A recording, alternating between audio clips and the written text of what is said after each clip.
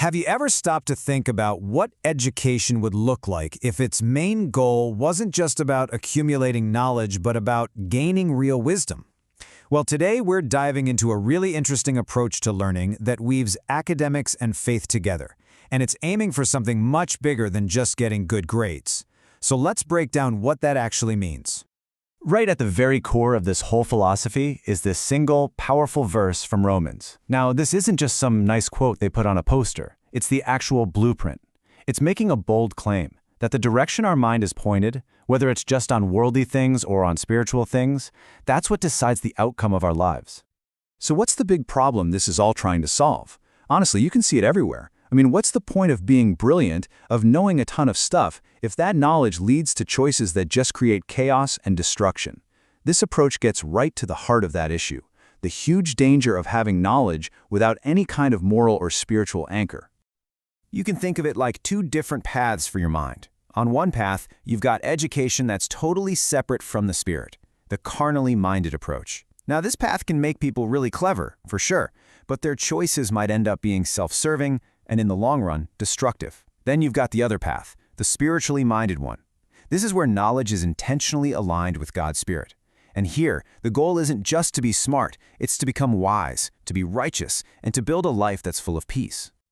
So, the mission here is, it's incredibly ambitious, but it feels really necessary. It's about reshaping the future by raising up a generation whose education isn't just centered on facts and figures, but on a kind of godly wisdom that brings about life and peace.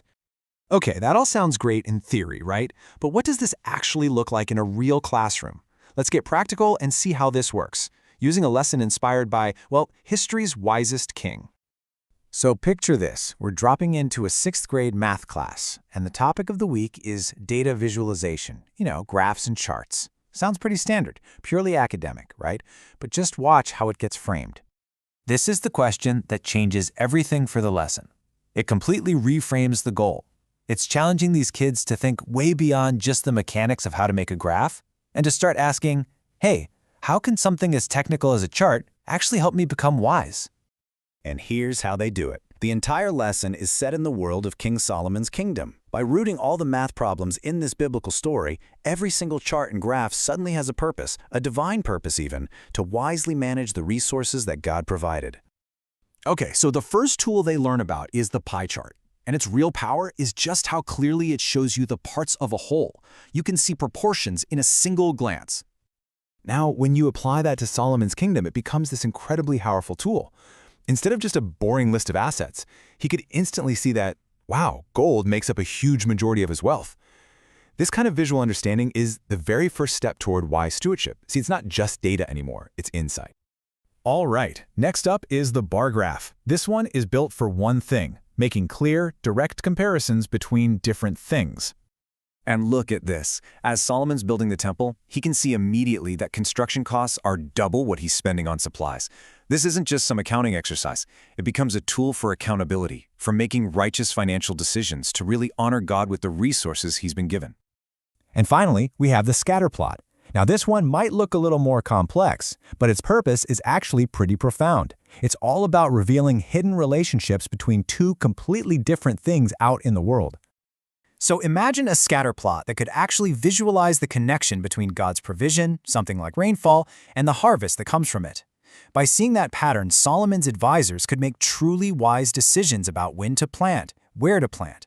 This is math and science being used to partner with God's natural order. Now that is wisdom in action. So, yeah, this was pretty clearly never just about learning how to make a chart. It's time to kind of zoom out and look at the bigger picture that this one little math lesson is pointing to. And that's really the key to the whole thing. This integrated approach isn't just for a Bible class or, one special math lesson. History, science, literature, art, every single subject becomes a chance to see God's hand at work and to cultivate that spiritually minded perspective that we talked about right at the beginning. The ultimate goal is to create this incredible ripple effect. It all starts with the individual student building a life of integrity. That student then goes on to help build a family of faith, and those families, working together, can begin to create societies that are grounded in a true, lasting peace. Which, you'll notice, brings us right back to where we started. The promise of this kind of education isn't just a better report card. It's about a better life, a life that's rooted in the very things promised in that opening verse. So the big takeaway here is simple, but it's really profound. True wisdom, the kind that actually leads to a meaningful and peaceful life, isn't just about what you know. It's all about how your knowledge is aligned, how it's connected to and guided by God's Spirit. And that leaves us with a final question. And it's not just for students, it's really for all of us. Is the knowledge we're chasing after, the education we value, is it truly rooted in the stuff that brings life and peace? Something to think about.